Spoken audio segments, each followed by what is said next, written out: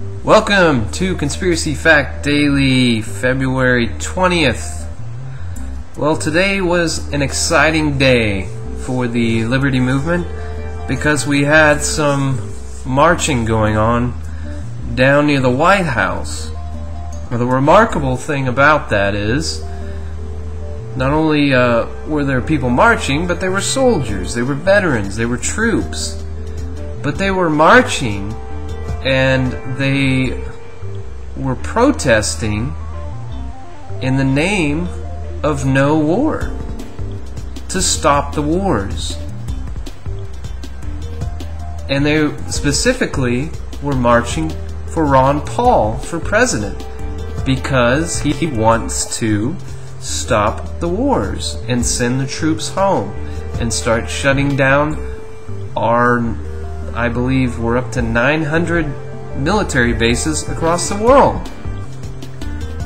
This is a story. It is brimming with rich content. It's got a hook. It's unique. It's original. It's surprising. It should be a big story. I mean, it's like a Hollywood high concept logline.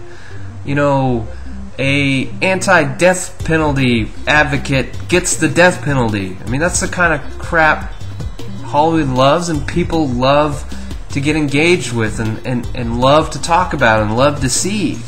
So here we have Ron Paul, the anti-war candidate, and you've got hundreds of military marching on the White House in support of the anti-war candidate.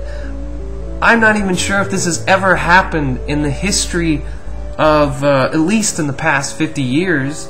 I mean, we've seen marches and we've seen protests on the White House and we've seen protests in the streets, anti-war protests.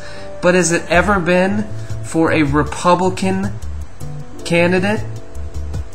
And has it ever been by the troops? These are not hippies at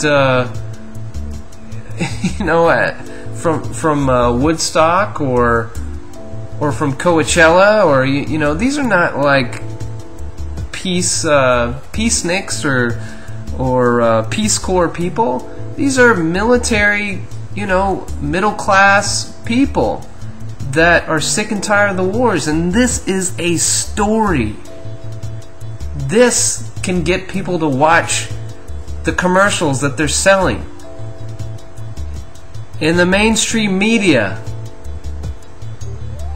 essentially ignored it.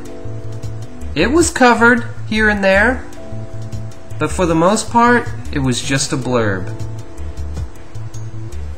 Unbelievable. Or I shouldn't say unbelievable. I should say so predictable. Did anybody see it on Drudge Report today? I didn't see it. I can't find it.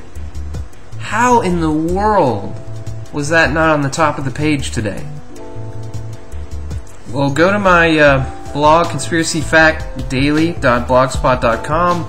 I have a link there. If you haven't seen it, there was one network, RT. I don't know what their viewership's like, but unless you are very much in tune with the alternative media, I don't think anybody knows who RT is. But of course, if you are, you know who RT is. But they covered it. They did a pretty good job. I could have done a much better job, and I'm sure a lot of y'all could have done a much better job. But please check it out. It's pretty inspiring. And even though it didn't get the coverage, I mean, it happened. And people are going to talk about it. Whether the Obama administration, whether the oligarchs and the globalists like it or not. I'm so sick of the media. And we've been discussing Napolitano and we discussed Buchanan.